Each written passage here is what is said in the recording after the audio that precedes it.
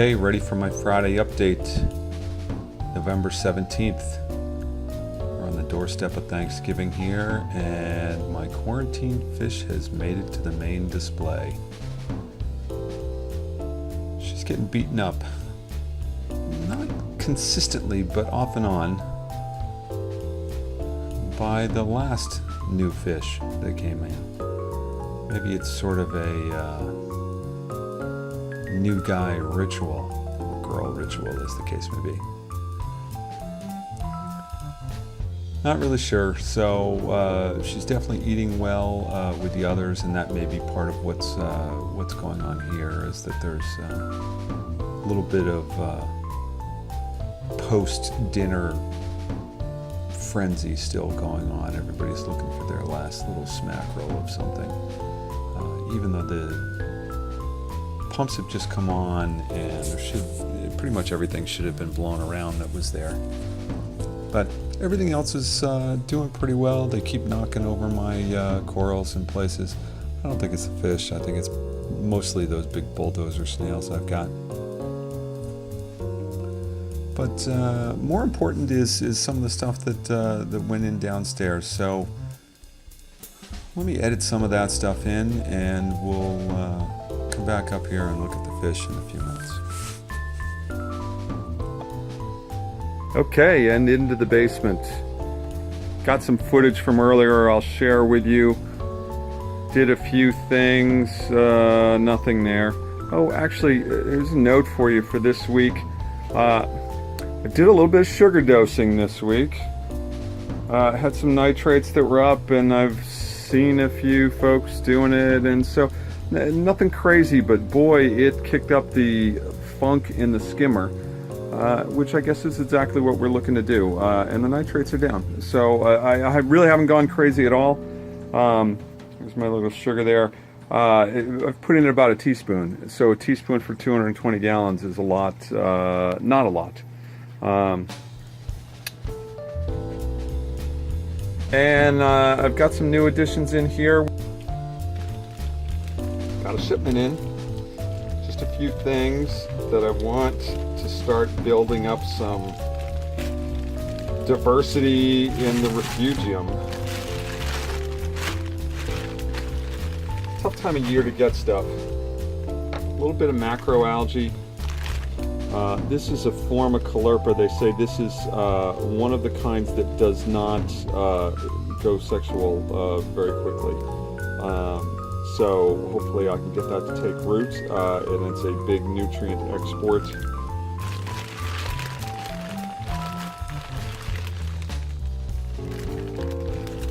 Some mangrove pods. So that's going to be interesting, really an experiment more than anything else, to see if they'll take down here. They say it's supposed to be warmer, like 70 degrees in the natural area, and I'm clearly not 70 degrees down here in the winter. But perhaps I can do something to sort of tint around the top end of the refugium or something. I don't know, we'll play. For $4 or $5, well, actually $6 for 5 of these. Not a bad deal. And then need to pick up the cleanup crew a little more. So snails of varying types. Lots of these little seraph snails to get in and dig around and chew up. And a third variety. So the plan is to pop all of these guys into the refugium, let them start chowing on what's in there, and if I need some more snails upstairs or other places, maybe in the frag tank, I can transfer them across because they're part of the system and acclimated. So float some bags and see how get everybody in. All right, groups in the water. Tough to tell. Well, they blend in very well with the salt and pepper sand that I've got in here. The count on things I had, ooh, nice. Sometimes it's nice when the lights just come on for you. I had 10 of the large snails, large serrath snails, 25 of the small serrath snails, and 10 of the naso snails. I want to say that's the name. I'll pop it up on the screen here. But in terms of counts, they actually gave me more than I expected. So this all came from reefcleaners.org, by the way. Yeah, so the small snail count bag was 50, and I had purchased 25, and then the larger 2 bags each had 12 apiece. So I don't know if they're factoring in for some that may not go, or whether they're just heavy on the counts, but you know, no complaints on my side. In fact, on the small side, I think at least 1 or 2 of them were not snails, they were crabs. But that's okay. I will take them and let them clean away. As you can see in here, I've got algae growing, which, you know, it's a refugium. It's supposed to be doing that. I just moved my Cato over there, and so I don't know if you can see the stuff floating around. I think those are pods that I just disturbed, and they're getting blown around. But my Cato's actually growing a little bit these days, which is good, but I definitely have nitrates in the system to feed off of. So plants go in next.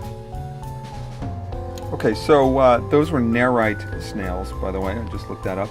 And this is sawblade caulerpa. So what I'm going to do is I pulled a couple of ugly rocks out of the sump over there, and they say it's safe to super glue the stalk of these. So I'm just going to pin them down to a couple of rocks. I think I'm going to clip it right here in the middle and make 2 different pieces and set it up in 2 different spots, not in the most intense light in the fusion. And I may, you know, move it over as time goes and let it get going. Yeah, I don't know. We'll see.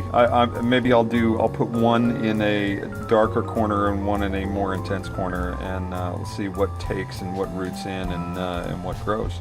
They say it's supposed to grow relatively quick, so that's the plan. Okay, I've got one in this corner, which is the dark corner, but it's a relatively high flow area because this corner gets blasted, well, sort of indirectly from the pump that's over here. And then I've got this one over here is anchored into the light corner, and the flow is a little less intense right there. So see how those two take and whether they root in or not. Nice to see. That's one of the nerites heading off to go to work. Go to work, pal. Get out there and do something. So the others, yeah. So there's a few that have already taken off to the corner. We'll start peppering the glass. And more in here. Kind of looks like a graveyard. We'll see how long until they get going. Okay. Last piece is the mangroves. They say the top of these need to stick out of the water. So what I'm going to do, aside from tossing that bag, I'm going to rubber band these guys together so that the roots dangle in the water. And we'll leave the top part up and out.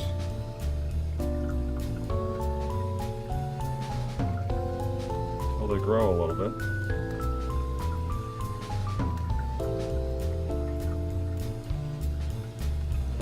Maybe I'll keep that relatively loose. See how they do on that. What I've done is I've cut a little piece of acrylic rod, and I'm going to slide the rod at a diagonal across my refugium opening here. And I can slide them from out of the light to into the light as needed.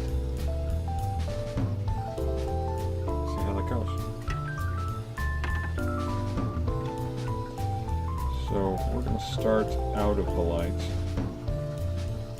I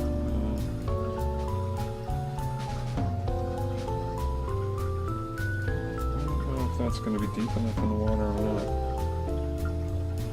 I need to slide them down a little further.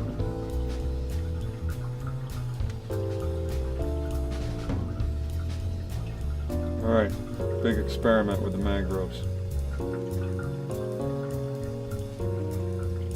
They're getting indirect light near term. We'll move them over underneath the main light in the future. Come off the tripod here. So there they are dangling. See how that works. I can slide them over there underneath the grow bulb I have here. See if that works. So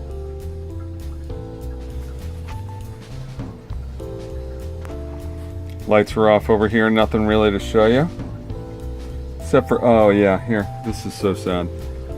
So I don't know if you can see my Duncan's got like one head that's just really not happy. I came down, I think it was Saturday last week, and Mr. Arrow was just chowing on that head, and I was really upset with him. And, you know, what do you do?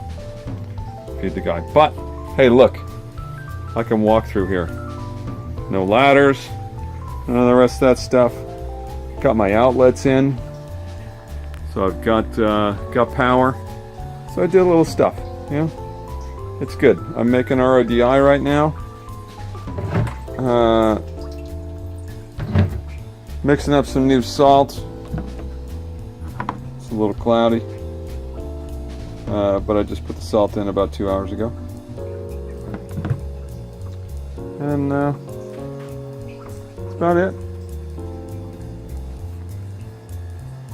Cat.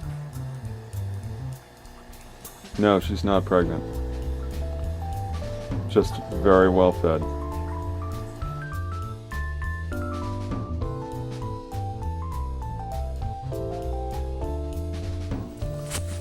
So with the holiday next week, hopefully I can get a few other things done, and I'll have more to show you then. I got another light bar in, so I'll have blues on both sides up top. Got to make another outrigger there.